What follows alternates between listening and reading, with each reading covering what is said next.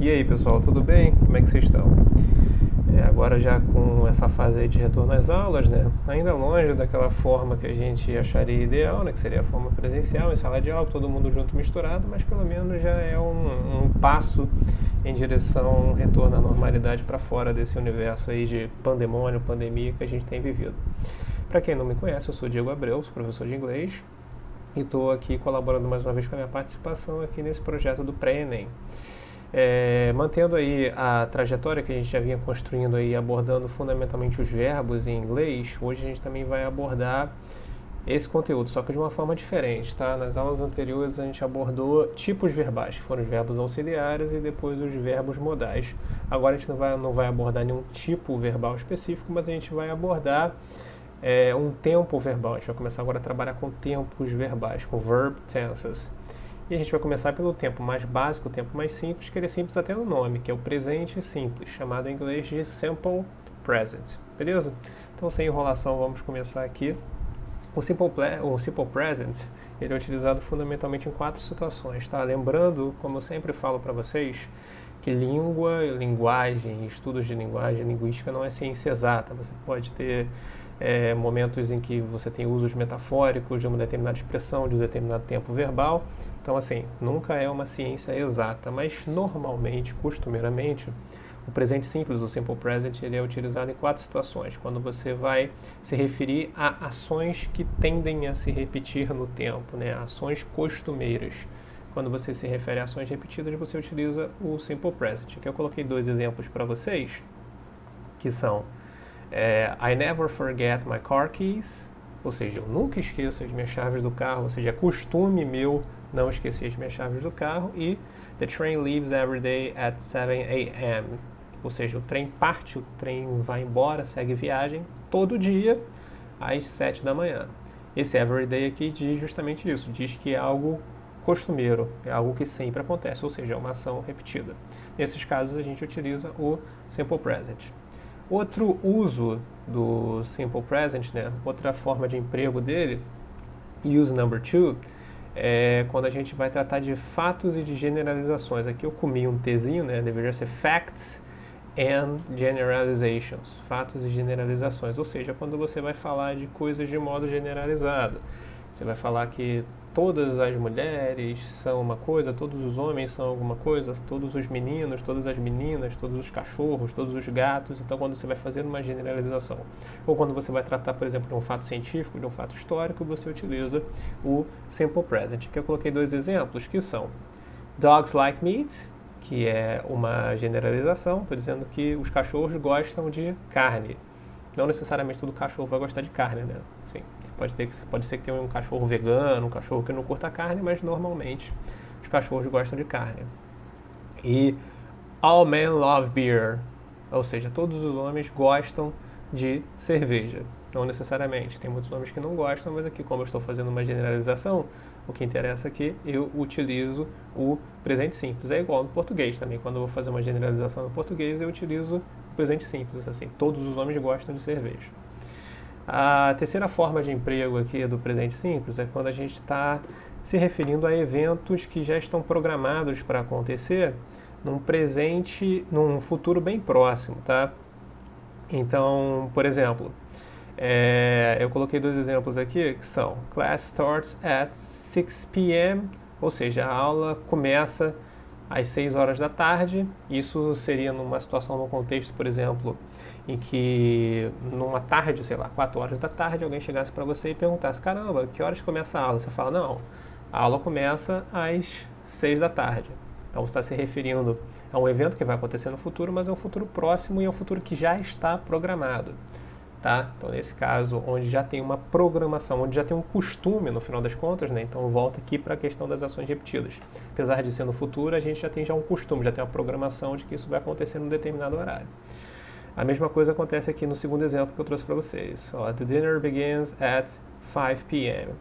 Ou seja, o jantar, né? A celebração do jantar, um jantar cerimonial, começa às 5 da tarde. Mesma situação, seria um contexto onde alguém encontra, enfim, essas 2 pessoas vão participar do jantar e uma pergunta para outra, caramba, que horas que vai começar o jantar? Aí você fala, o jantar começa às 5 da tarde. igualzinho ao português nesse sentido, né? A gente tem também esse mesmo uso do presente na língua portuguesa. E também, normalmente, a gente utiliza o simple present quando a gente está se referindo a alguma coisa que está acontecendo agora, tá? Então, eu vou dizer, por exemplo, eu estou aqui agora. A gente fala no português no presente, né? Eu estou aqui agora, e no inglês também da mesma forma. I am, eu estou, here, aqui, now, tá? Então, quando a gente utiliza o agora, normalmente a gente utiliza o simple present junto. E o segundo exemplo que eu trouxe para vocês aqui é esse. He needs help right now, ou seja, ele precisa de ajuda agora. Ele precisa de ajuda agora. Quando é que tem o agora, que tem o now, que a gente não utiliza o simple present? Quando a ação a qual a gente está se referindo, ela expressa uma noção de continuidade. Então, por exemplo, se eu estivesse dizendo eu estou comendo agora, aí eu não utilizaria o simple present. Eu utilizaria um outro tempo que nós vamos aprender na próxima aula, que é o present continuous, tá? Mas por quê? Porque a minha ação, ela expressa a noção de continuidade. Eu estou comendo, é uma ação contínua. Agora, quando são ações que não são contínuas, por exemplo, precisar de alguma coisa, estar, não é uma coisa contínua, tá? Aí a gente utiliza o simple present. Então, aqui recapitulando as formas e as situações de emprego do simple present. Quando a gente se refere a situações ou ações repetidas... Perdão, pessoal, que eu estou com o ar-condicionado em cima aqui, acaba dando uma tossidinha. Quando a gente se refere a fatos ou a generalizações, quando a gente se refere a eventos que estão programados para acontecer no futuro próximo, e também quando a gente utiliza verbos que não exprimem a noção de continuidade, não são coisas que estão acontecendo aqui continuamente, e junto do termo agora, que em inglês é now, beleza?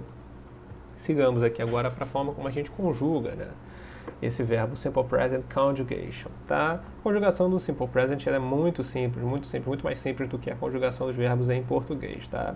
Aqui no caso, sem nenhum tipo de excepcionalidade, simplesmente a gente vai conjugar na primeira pessoa do singular, na segunda pessoa do singular e na primeira, segunda e terceira pessoa do plural, a gente vai simplesmente manter o verbo na sua forma normal.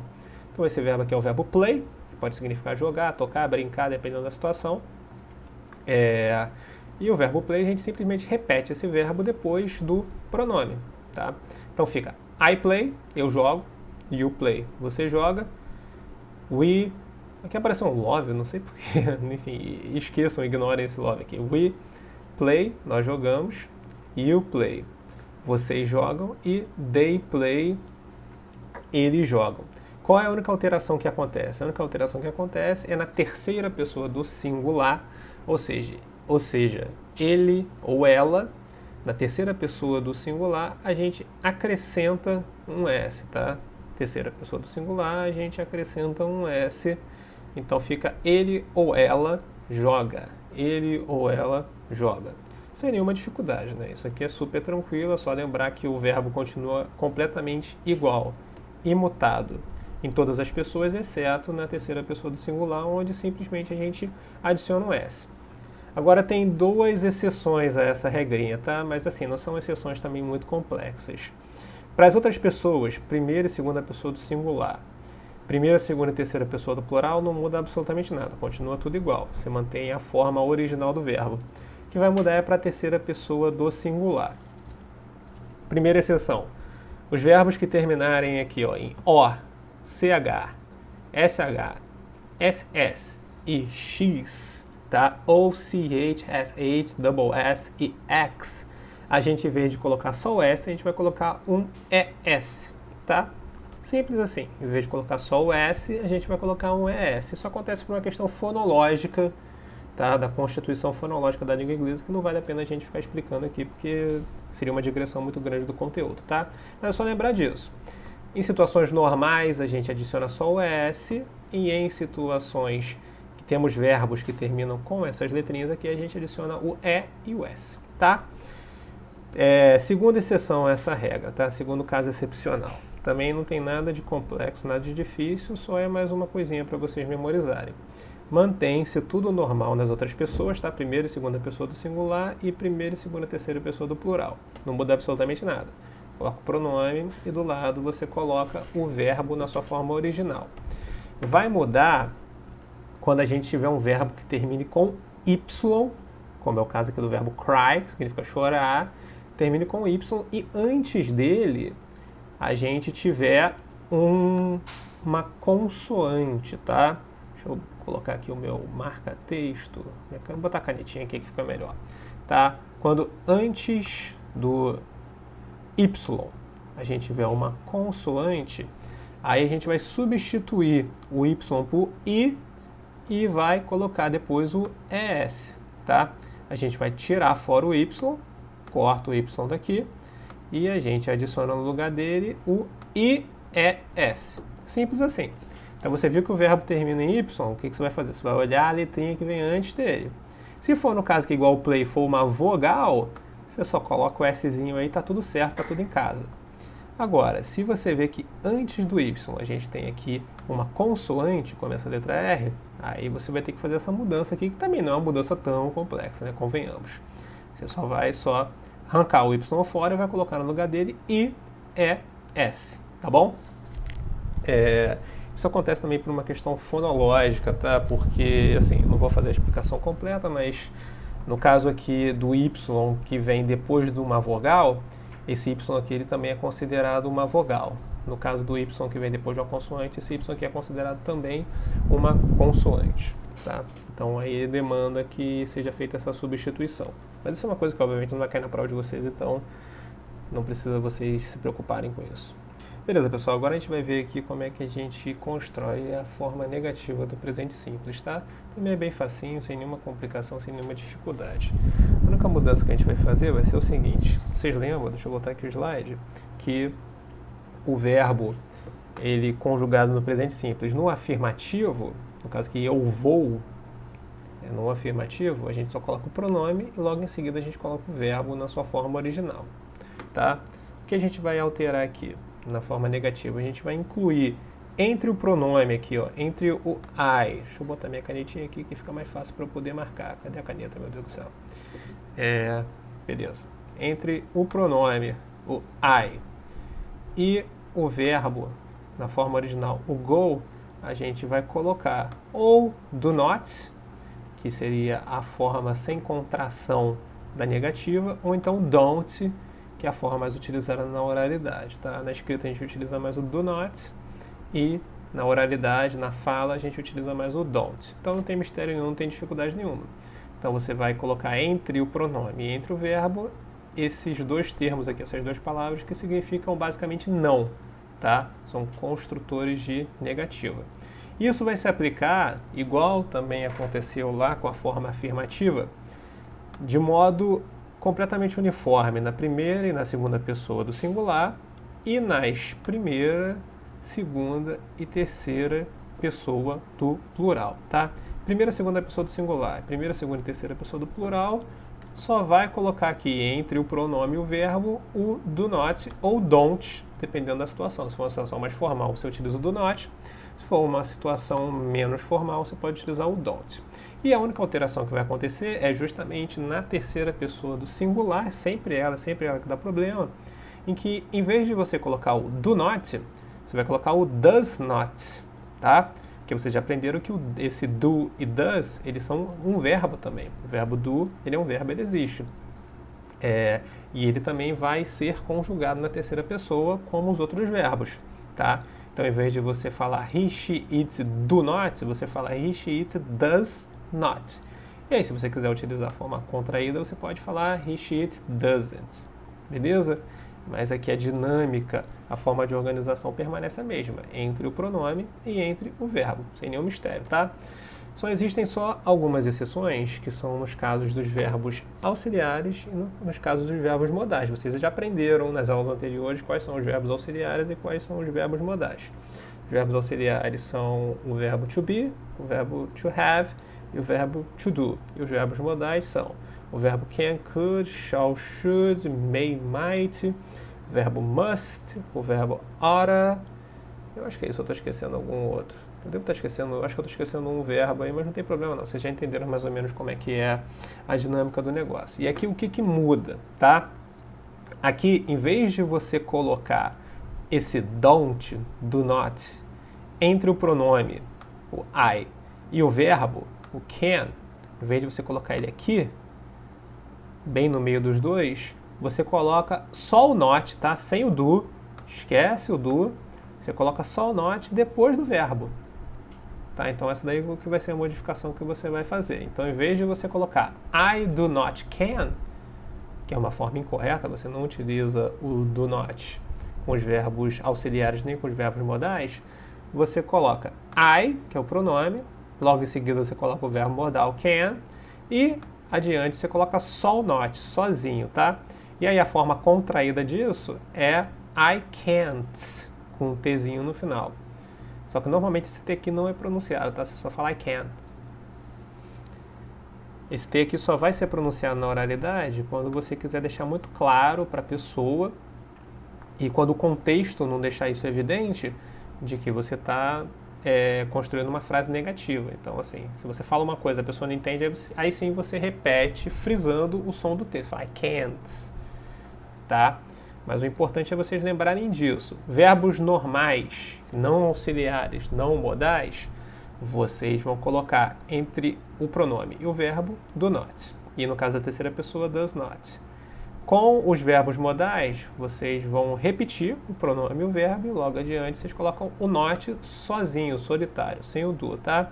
E aqui a vantagem é que nesse caso você não precisa fazer a contração diferenciada na terceira pessoa, tá? É tudo cannot e can't. Então é I can't, you can't, he, she, it can't, we can't, you can't e they can't.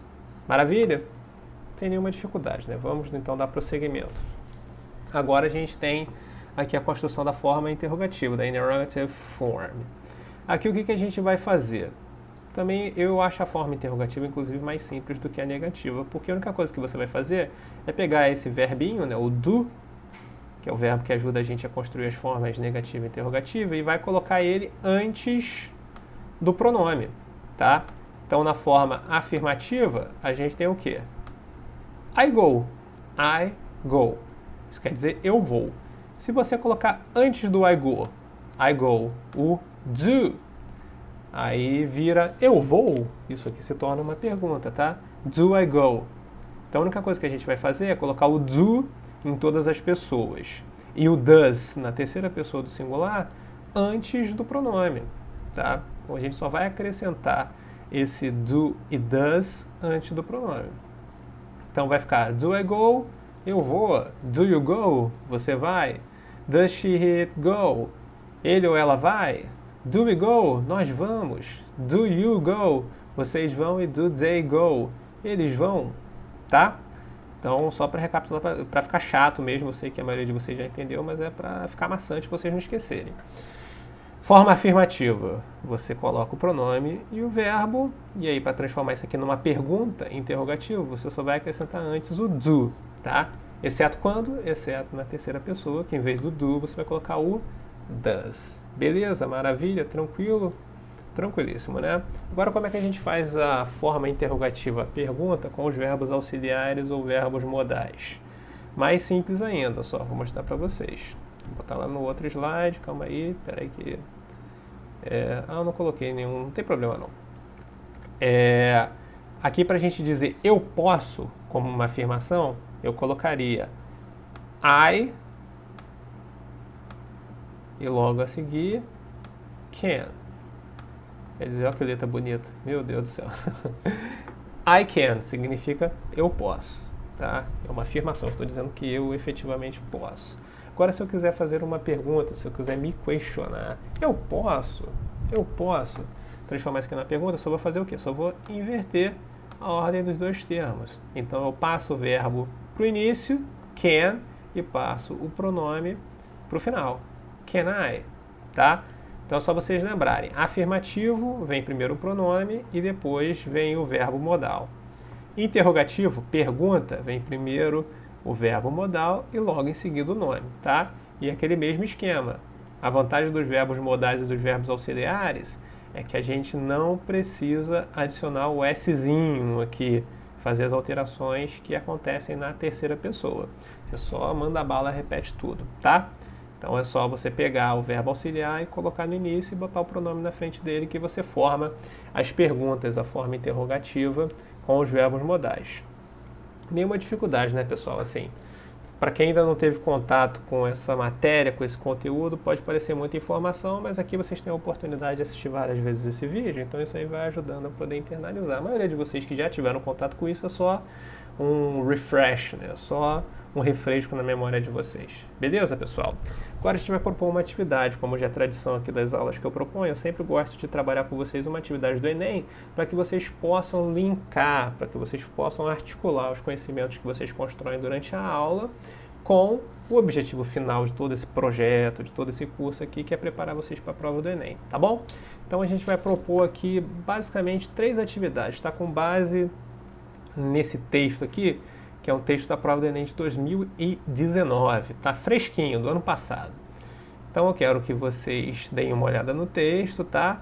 E a primeira parte aqui da nossa atividade, tá? A letra A da nossa atividade vai ser o seguinte: eu quero que vocês tentem marcar todos os verbos que estão conjugados no presente simples, no simple present, tá? Vocês vão dar uma zapeada aqui, vão dar uma olhada no texto e vão ver todos os verbos que estão conjugados aqui no presente simples. Pô, mas caramba, Diego, como é que eu vou saber? Eu não entendo inglês, eu não sei exatamente o que é verbo, o que é substantivo, o que é verbo, o que não é. Como é que eu vou saber? Vou dar uma dica para vocês, tá? Sempre depois de um pronome, o que vai aparecer vai ser um verbo na língua inglesa, tá? Então, onde vocês acharem um pronome aqui, os pronomes vocês se lembram, né? I, deixa eu até colocar aqui, até voltar, para ninguém dizer, tá? Os pronomes são esses aqui. I, eu, you, você ou vocês, he, she, it, ele ou ela, we, nós e they, eles, tá? Então, onde vocês encontrarem essas palavrinhas aqui, vocês sabem que logo adiante tem um verbo. E vocês já aprenderam como que o verbo no presente simples ele está estruturado, como que ele está conformado. Então, vocês já sabem mais ou menos como encontrar esses verbos no texto, tá? Partindo do pressuposto que vocês não conhecessem os verbos, que eu sei que na maioria das pessoas que está assistindo essa aula aqui não é o caso, tá bom? Então, primeiro eu quero que vocês façam isso, tá? Bem simplesinho. Eu quero que vocês pausem o vídeo, olhem aqui, leiam esse texto bem calmamente e marquem. Podem escrever numa folhinha, no caderno, então marquem no celular de vocês, no próprio computador, quais são os verbos que estão conjugados no presente simples, beleza? Pausa o vídeo aí e façam essa letra A, a primeira parte da nossa atividade. Maravilha, pessoal. Então, aqui, como eu imagino que vocês já tenham pausado, espero que vocês tenham feito, vamos agora corrigir quais são os verbos que estão conjugados aqui no presente simples, tá? Aqui a gente já tem o primeiro pronome, né, que é o I, e logo adiante a gente tem o verbo drink, que significa beber, que ele está conjugado no presente simples. I don't drink coffee, ou seja, eu não bebo café. Logo adiante, no mesmo verso aqui, nessa música aqui, que é uma música do Sting, né? O Sting ele é o ex-vocalista de uma banda muito conhecida para quem gosta de rock, principalmente rock britânico, que é a banda The Police. Logo adiante a gente tem aqui mais um pronome, o I, e à frente dele a gente tem outro verbo, que é o verbo take, que nesse contexto aqui está significando tomar, beber. I don't drink coffee, eu não bebo café. I take tea, eu bebo chá, my dear, minha querida. Logo embaixo aqui no segundo verso a gente tem um outro pronome, novamente o I, e adiante dele a gente tem um outro verbo, que é o verbo like. Like significa o quê? Todo mundo tem Facebook. Gostar. I like my toast done on one side. Eu gosto da minha torrada passada, feita, enfim, preparada de alguma forma, só de um lado. And you, aqui o outro pronome, you can hear, tá? Isso aqui é uma locução verbal, mas a gente não vai entrar nesse mérito agora. O que interessa pra gente aqui é que o verbo can, ele tá no presente simples, tá? Você pode, you can hear it in my accent when I talk, tá? Você consegue escutar, você pode escutar isso no meu sotaque, my accent, quando, e aqui novamente a gente tem um outro pronome, que é o pronome I, eu, e adiante dele a gente tem outro verbo conjugado no presente simples, tá? Então, só para a gente não perder a conta, até nessa primeira estrofe que a gente tem o verbo drink, beber, eu bebo. Take, tomar, eu tomo. Like, gostar, eu gosto. Can, poder, você pode. E I talk, eu converso, eu falo. Embaixo aqui a gente tem mais um verbo conjugado no presente simples, que é o verbo am, que é a conjugação em primeira pessoa do verbo to be. Todo mundo conhece, que todo mundo já estudou e que vocês viram também na nossa primeira aula, tá? Então aqui a gente tem mais um verbo conjugado no presente simples. Eu sou um inglês, né? Englishman in New York. Seguimos adiante aqui. See me walking down the Fifth Avenue. A walking cane here at my side. I, outro pronome. Take. Ixi, Maria, não sei por que tá aparecendo isso aqui. I take. I take. I take it everywhere I walk. Nesse caso aqui, peraí que o meu slide está enlouquecendo. I take it everywhere I walk. Ou seja, eu levo, nesse caso aqui o verbo take significa levo, everywhere, em todo lugar que eu ando, que eu caminho. Então, esse rapaz aqui, esse inglês que está perdido em Nova York, ele leva o cane dele, né, que é a bengala, em qualquer lugar que ele caminha. E aqui ele diz novamente, I am an Englishman in New York. Ou seja, eu sou, esse Mzinho aqui com apóstrofo é o verbo am, o verbo ser conjugado no presente, I am an Englishman in New York, tá? E aqui a gente tem várias repetições do mesmo verbo, am,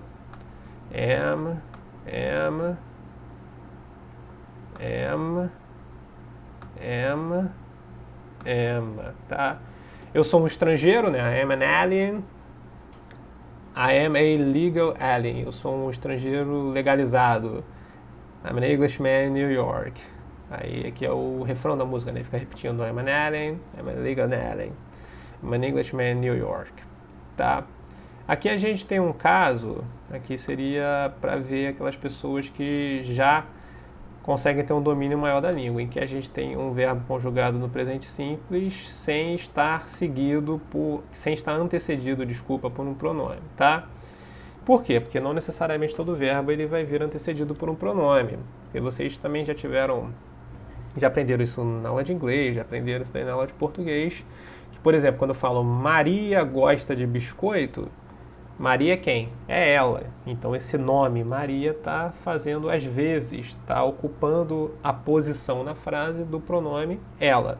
Nesse caso aqui, essas duas palavrinhas, modesty and property, modéstia e propriedade, elas estão ocupando o lugar do pronome they, são elas. Modesty and property. Can, ou seja, modesty and property, modéstia e propriedade, podem levar à notoriedade. You could end up as the only one. Gentleness and sobriety.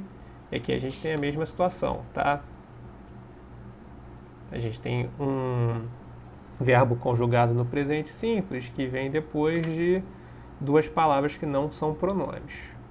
Tá? Como eu falei para vocês, a língua ela não é uma ciência exata, tá? Essa dica que eu dei para vocês do pronome serviu para quase todos, mas tinha que ter aqui uma casca de banana para ver quem efetivamente já está um degrau acima aí na compreensão das palavras. A night candle is... Novamente, a gente tem um outro verbo aqui, uma outra forma do verbo to be conjugado no presente simples, que é o is, tá? Uma vela da noite is, é brighter, significa mais brilhosa, mais brilhante do que o sol. Beleza, pessoal? Maravilha, né? Não foi difícil. Vocês podem, não sei se todos vocês conseguiram encontrar aqui todos os verbos conjugados no presente simples, mas não foi uma atividade tão complicada. Agora, eu gostaria que vocês marcassem, em meio a todos esses verbos aí que vocês destacaram, que vocês marcassem os casos que ocorrem de o verbo no presente simples estar conjugado na sua forma negativa, de o verbo no presente simples estar conjugado na sua forma interrogativa e casos de verbos modais ou verbos auxiliares nesse texto, tá? Então quero que vocês marquem aí separadamente verbos auxiliares ou verbos modais, verbos na forma negativa e verbos na forma interrogativa, tá bom? Só olhem a lista aí de verbos que vocês já marcaram e especifiquem, coloquem aí esses verbos separados, tá? Pausem o vídeo, façam aí e depois a gente continua. Maravilha, pessoal. Fabuloso. Então, quais são os verbos na forma negativa? O verbo na forma negativa que tem aqui é, no caso, o drink, tá? Que antes dele a gente tem o nosso grande don't. I don't drink coffee, ou seja, eu não bebo café. E verbos auxiliares ou verbos modais. A gente tem aqui o nosso can, que é o verbo poder, que ele é um verbo modal. E a gente tem o am, que é a forma conjugada do verbo to be, que é um verbo auxiliar. Seguindo aqui, take, walk, novamente a gente tem o am. Aqui no refrão a gente tem só o verbo to be, né? O I am. Então todos esses aqui são verbos auxiliares. E os outros três verbos que estão marcados aqui, no caso o can, ele é um verbo modal, como eu já falei ali em cima. E o gentleness and sobriety are, esse are aqui, e esse szinho aqui, né, que significa is, eles são conjugações do verbo to be, que no caso são verbos auxiliares. Beleza, pessoal? Sem nenhuma dificuldade, né? Tranquilo. Beleza, pessoal? Agora vamos aqui para a terceira parte da nossa atividade, tá? Vamos aqui para a letra C da nossa atividade, que agora eu vou propor para vocês para que vocês tentem resolver a questão que foi proposta na prova do Enem, agora que a gente já encontrou todos os verbos conjugados aqui no presente simples, que a gente já conseguiu distinguir quais são os verbos modais dos verbos normais, né, dos verbos não modais. A gente vai tentar agora ver se a gente consegue responder a questão que foi proposta, tá bom? Então, primeiro eu quero que vocês pausem o vídeo aqui, ó, eu dei uma limpada no texto, né, que estava cheio de marcação. Quero que vocês pausem o vídeo aqui, que vocês tentem ler, tentem entender o máximo possível esse texto, tá? Pausa aí, leia o texto. Beleza, agora que vocês já pausaram, que já leram o texto, vamos dar uma olhada aqui na questão. Então, a questão que foi perguntada na prova do Enem foi a seguinte: na letra da canção Englishman in New York, a fala do eu lírico, né, o eu da canção, evidencia uma atitude de. Então, ele quer saber qual é a atitude que está sendo expressa na letra daquela canção, tá? Alternativa A, exaltação dos hábitos de um outro povo. Alternativa B, dificuldade de adaptação à cultura alheia. Alternativa C, valorização da diversidade de costumes. Alternativa D, disponibilidade para aprender coisas novas. E alternativa E, predisposição a um comportamento solitário. Maravilha! Agora que a gente já tem essas alternativas aí sobre a mesa, vamos dar uma olhada aqui nesse texto, tá? Vamos tentar fazer uma tradução simultânea. Então aqui a gente tem o primeiro verso, que eu já praticamente traduzi, né? I don't drink coffee, I take tea, my dear. Ou seja, eu não bebo café, eu bebo chá, meu amor, minha querida. I like my toast done on one side. Eu gosto da minha torrada passada, preparada só de um lado do pão. Aqui no caso ele está estabelecendo uma comparação com os americanos, tá? Porque ele está dizendo que ele é um homem inglês. E aqui no caso, os americanos bebem mais café e os ingleses bebem mais chá. Ele está dizendo que ele não bebe café, mas que ele bebe chá. Aqui no caso ele está dizendo que ele gosta de passar a geleia, a manteiga, enfim, o que ele quiser passar na torrada dele é de um lado só. E os americanos, eles gostam de passar a geleia e a manteiga nos dois lados ali da fatia de pão, né? Então aqui ele está estabelecendo uma comparação entre ele, que é o inglês, com os americanos. Seguindo. And you can hear it in my accent when I talk. Ou seja, você pode escutar isso no meu sotaque quando eu falo. Então ele está marcando novamente o fato de ele não ser americano, dele ser britânico, dele ser inglês. Porque quando ele fala, obviamente, os ingleses têm um sotaque diferente. I'm an Englishman in New York. Eu sou um inglês em Nova York. Então aqui nessa primeira estrofe, o que ele fez? Ele marcou as diferenças que ele, enquanto um inglês, percebe, que ele experimenta, que ele vive morando lá em Nova York. Seguindo. See me walk down Fifth Avenue. Ou seja, quando você me vê andando a Quinta Avenida, que é uma avenida muito famosa turística lá de Nova York. A walking cane here at my side. Ou seja, ele carrega com ele uma bengala daquela de andar do lado dele. I take it everywhere I walk.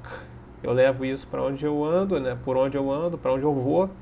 I'm an Englishman in New York. Essa coisa de andar com bengala também é uma característica muito típica dos ingleses, né? Quando você pensa no inglês, você pensa naquele cara de cartola e tal, tipo a figura do burguês, e utilizando aquela bengalinha assim de banqueiro e tal, que não é a visão prototípica que a gente tem da pessoa de Nova York, normalmente aquele cara descolado e tal. Aqui chega no refrão, né, em que ele vai repetir I'm an alien, I'm a legal alien, I'm an Englishman in New York, I'm an alien, I'm a legal alien, I'm an Englishman in New York. Então ele está dizendo aqui, eu sou um estrangeiro legal, eu sou um inglês em Nova York. Mais uma vez aqui ele está marcando a diferença entre ele, enquanto um estrangeiro, e o restante da população do ambiente da cidade de Nova York. Agora aqui é a última estrofe. Modesty and property can lead to notoriety. A modéstia e a propriedade pode levar uma pessoa, alguém, à notoriedade. You could end up as the only one. Ou seja, você pode terminar sendo o único.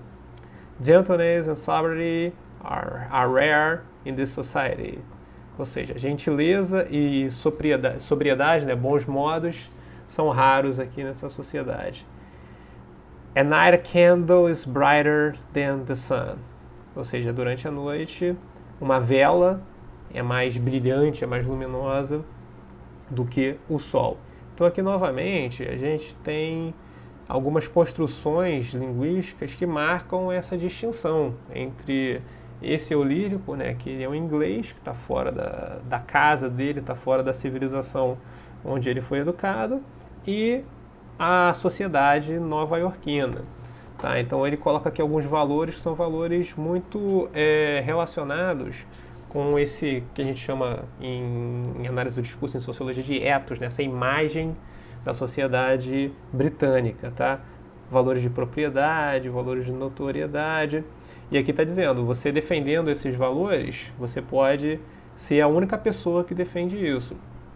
A mesma coisa, gentileza, sobriedade são características, são atributos de personalidade muito típicos, ou então pelo menos assim, como é que eu posso dizer, muito costumeiramente associados à persona inglesa, que não é uma coisa que é tão associado às pessoas de Nova York.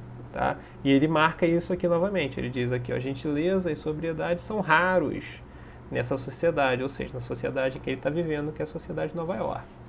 Tá? Então, fazendo essa leitura, essa tradução aqui simultânea, bem superficial, a gente pode ver que a marca do texto é justamente essa distinção, esse jogo que o eu lírico vai fazendo entre a presença dele enquanto uma pessoa inglesa em Nova York, um estrangeiro, alguém que está em alguma medida fora de sintonia em relação àquela sociedade, e aquilo que ele entende como ser a tradição, o costume da cidade onde ele está morando, que é Nova York. Então é sempre esse jogo aí de tensão, de fricção entre esse inglês e o universo de Nova York e a experiência dele sendo um estrangeiro.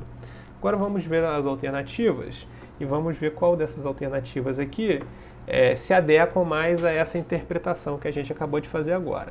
Então vamos lá, alternativa A.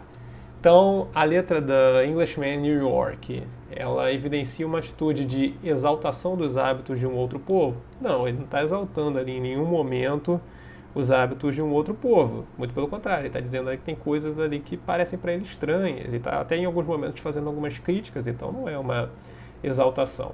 Vamos lá para a letra E agora. Predisposição a um comportamento solitário.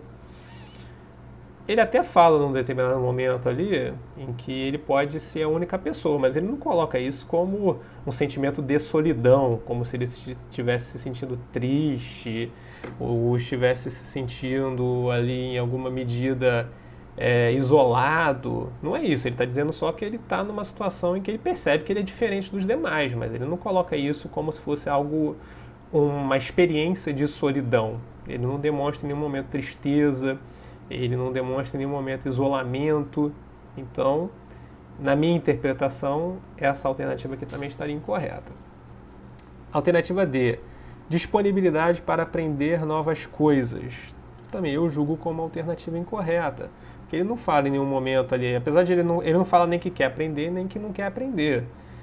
Mas ele, em vários momentos ali, ele marca que ele é uma pessoa fiel às tradições dele. Então, mesmo morando em Nova York, ele continua bebendo chá. Mesmo morando em Nova York, ele continua andando com a bengalinha dele. Então, assim, por mais que do texto a gente não possa depreender de que ele não quer aprender coisas novas, porque ele não fala isso em nenhum momento, mas ele é uma pessoa tradicional, ele é uma pessoa apegada às suas tradições inglesas. Alternativa C, valorização da diversidade de costumes. Existe diversidade de costumes ali no texto. Ele está falando de que existe uma tradição nos Estados Unidos de se beber café e na Inglaterra existe uma tradição de beber chá. E está dizendo que nos Estados Unidos a torrada, a geleia passada dos dois lados e na Inglaterra é de um lado só. Mas ele não apresenta isso como uma coisa a ser valorizada. Acho que pelo contrário, ele apresenta isso como uma coisa que cria justamente essa tensão, cria esse certo mal-estar, esse sentimento de você ser estrangeiro naquela cultura. Então, ele não está construindo uma valorização, ele está simplesmente construindo essa ideia da diferença. Mas ele não apresenta isso como alguma coisa efetivamente positiva. E agora vamos ver a alternativa B aqui, dificuldade de adaptação à cultura alheia. Essa alternativa aqui, ela tem base, ela tem lastro na interpretação que a gente fez. Por quê? Porque durante todo o texto ali, ele está apresentando justamente essa tensão. Durante todo o texto, desculpa, caiu o negócio aqui, bastidores. Durante todo o texto aqui, ele está apresentando essa tensão, ele está apresentando esse sentimento que ele tem de mal-estar, aquele sentimento que você tem de quando você não se sente em casa, quando você se sente num lugar diferente, você fala com sotaque e as pessoas não entendem, olham para você como se você fosse um forasteiro, fosse alguém de fora. Os seus costumes são diferentes dos costumes da maioria das pessoas que estão ao seu redor.